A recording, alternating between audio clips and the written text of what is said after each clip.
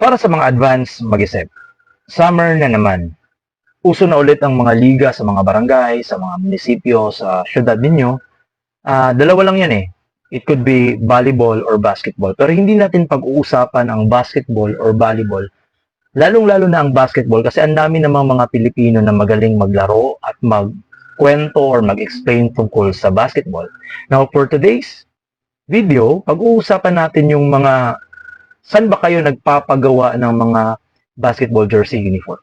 Okay? Marahil na-experience na din ninyo ang na-experience namin kung nagpapagawa tayo ng mga uniform, kung malapit na yung liga. Siyempre, excited tayo. So, we come up with a design na pinapakita natin at tapos pupunta tayo sa isang tailoring shop na napili natin and yun, siyempre excited kasi magkakaroon ka ng uniform and magiging proud kasi kasama ka sa isang grupo or sa isang pangkat na maglalaro, na magre-represent sa inyong barangay. It could be your purok or your zone. So masaya yon, masaya yon. So pupunta ka ngayon or lalapit ka sa isang tailoring shop na gagawa ng yung jersey, okay, or basketball uniform. Titingnan nila yung design at sila mismo ang magbibigay ng deadline. So tatanggapin nila yung design mo and then sasabihin nila makukuha ito within pagkatapos ng 10 days. Siyempre dahil excited na kayo, dahil mabilisan yung servisyo kasi 10 days lang mostly, meron yung nagbibigay ng 7 days or 8 days makukuha na yung uniform. Then, syempre, nag-down payment kayo kasi gusto nyo na after 10 days makita na yung uniform. Pero after, ito yung nangyari. Okay? To make the long story short, okay? Bumalik kayo ng after 10 days. Okay? Natapos na yung 10 araw. So, kay 11 days, pumunta kayo doon. And you're trying to check kung kumusta, pwede nyo na bang makuha ang uniform ninyo. Pero ang nangyari, nung pagdating niyo sa tailoring shop, ay wala pa rin nangyayari. Okay? Walang nangyari sa basketball uniform ninyo. Ang basketball uniform ninyo ay hindi pa nakakopy. Okay? 10 araw na yung lumipas and then kampante kayo kasi 12 days yung dadaan na araw bago magsisimula yung liga. Tapos ang pagdating mo doon, it's hindi pa nauumpisahan yung pagtatrabaho, okay, ng inyong jersey basketball uniform. So ito yung masakit. Kasi minsan, ang ginagawa ng mga tailoring shop na ito, minsan, or most of the time nga is sila pa yung galit. Okay? Sila pa yung parang kasalanan ng mga nagpagawa ng basketball uniform. Okay? Kahit sabihin mo, kuya, malapit na yung laro namin, sasabihin pa nila na hindi namin kaya yan. See? Ibabalik nila sa iyo ang kasalanan na sila naman yung nangako na after 10 days, meron na kayong basketball uniform. Okay? Kasalanan nyo pa. Ibabalik pa sa inyo na kayo yung nangangailangan, tapos ito pa yung masakit. Hindi pa nila sinusunod yung design. Okay? Design na gusto ninyo. Dahil gusto daw nilang madalian. Tapos sasabihin nila na kayo yung nagmamadali. Okay? Kasalanan nyo kasi nagmamadali kayo, so hindi namin susundin yung detalye ng ginagawa namin o pinapagawa ninyo na jersey. Okay? So kasalanan namin. Okay? Minsan, sabi ko na nga kanina, sila pa yung galit. Dahil nakapag-down payment na kayo, wala na kayong magagawa kundi maghintay. So, dadaan ng 2 or 3 games na hindi kayo nakakapaglaro kayo pero hindi nyo nagagamit yung uniform nyo. Yun yung masakit. Okay? Now, para sa mga advanced mag-isip, para ito sa mga tailoring shop na gustong kumita during liga kasi maraming lumalapit sa inyo, ito lang yung reminders. Okay? Number 1, huwag kayong tanggap ng tanggap kung hindi nyo naman kayang gawin. Please, huwag kayong tumanggap ng maraming project. Okay? Kasi, again, the quality, masasakripisyo yung quality and then your relationship sa mga nagpapatulong o nagpapagawa sa inyo ng uniform. Okay? Huwag kayong tanggap ng tanggap. Okay? Number 2, kung magbibigay kayo ng deadline, dapat sundan nyo yung, dapat may isang salita kayo. Kung deadline is after 10 days, ibigay nyo before 10 days or at the mismong date na sinabi or pinag-usapan ninyo, ibigay ninyo yung napag-usapan na produkto or yung gagawin ninyo na project.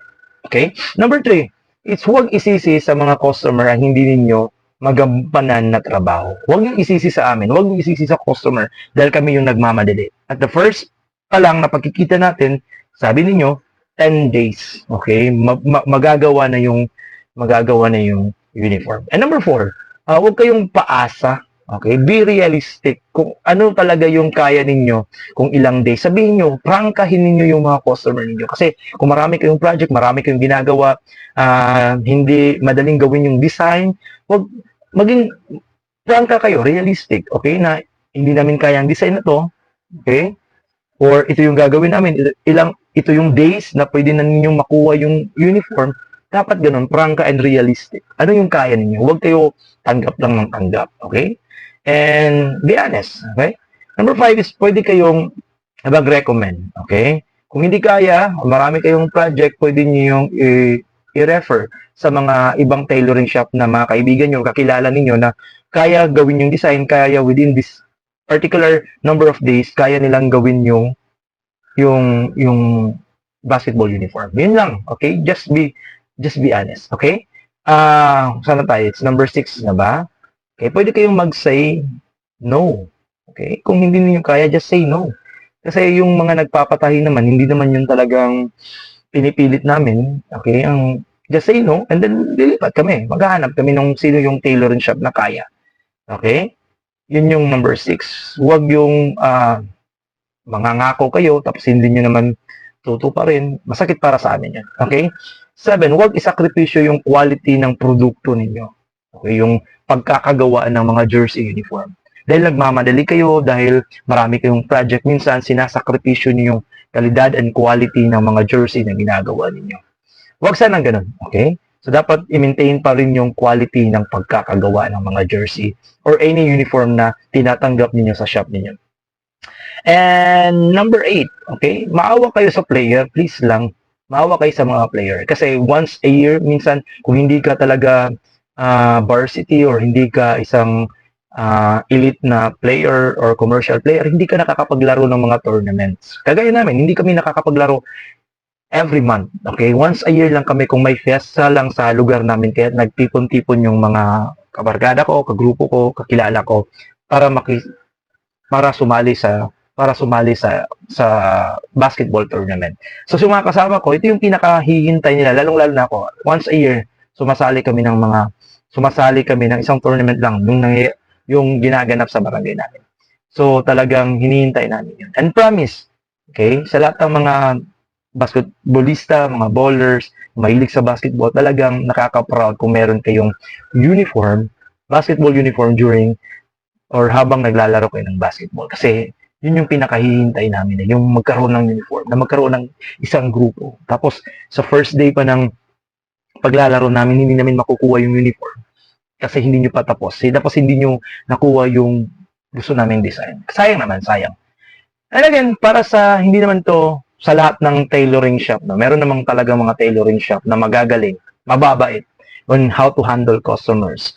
Okay? Saludo po ako sa mga ganon. Pero as experience po namin, dito sa Dumaguete, I think 3 tailoring shop na yung na-try namin na ganito yung pamamalakad, ganito yung pamamaraan, na puro lang pangako, nasasakripisyo yung disenyo, and then galit, sila pa yung galit kasi kami daw yung nagmamadali. 3 na yun, 3 tailoring shop na dito sa Dumaguete. Hindi ko na lang i-mention.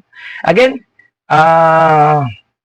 kung meron kayong alam or experience na katulad na nangyari sa amin, just share sa comment section. And then kung meron kayong ma-recommend na mga tailoring shop na magagaling in terms of service, in terms of quality ng kanilang mga produkto, honesty, and then merong pagmamahal sa kanilang ginagawa, i-comment lang sa comment section yung mga store nila para next liga, malapitan namin sila. Baka doon na din kami magpapagawa ng aming uniform.